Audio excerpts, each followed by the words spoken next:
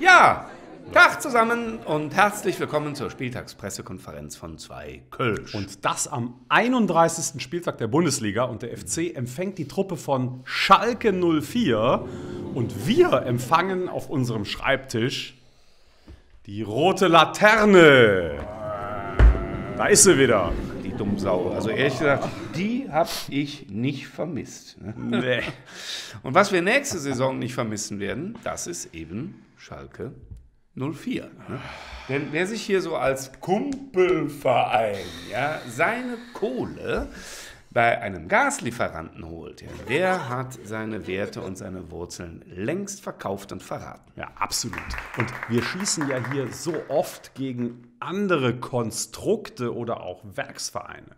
Aber mal ganz ehrlich, Schalke 04 ist doch längst auch ein Konstrukt.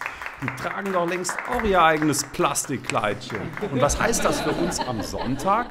Ist doch völlig klar. Lieber Scheiße 04 verlieren, als Scheiße 04 sein. Der eigentliche Gegner heißt für uns ja auch nicht Schalke 04, sondern der heißt, wie heißt er? Adam Riese. Da, früher mal Adam Ries. Ne? Das ist der Vater des modernen Rechnens. Ja. Und wir müssen jetzt natürlich wirklich sehr modern rechnen. Ja, und dass wir das können, das stellen wir unter Beweis. Na wo? Ja. Wie immer auf den Shirts, auf denen steht nämlich, 4 mal 3 ist 12. 12 plus 21 ist 40. Ja. Absolut richtig. Wer rechnen kann, der ist klar im Vorteil. Ja, 4 Spiele.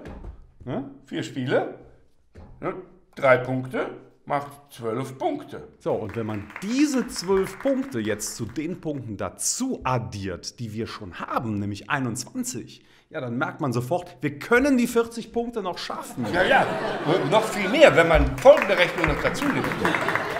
2 Kölsch auf 3 ganz moderne Punkte. Grüß euch, Leute.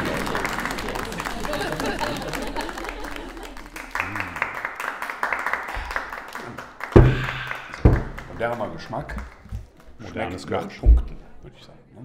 Ja. Übrigens, vielleicht ist es euch nicht aufgefallen, aber das war eine komplett wortwitzfreie Pressekonferenz. Ja, die wollten wir hier auch überhaupt nicht drin haben, solche komischen Wortspiele, sowas wie Anfang gut, alles gut. Nee, also da hatten wir echt keinen Bock drauf, Leute. Ganz ehrlich, also Witze mit Namen sind das allerletzte, finden wir richtig, richtig doof, Und wer trotzdem einen macht, der kriegt von uns einen mit der Rute.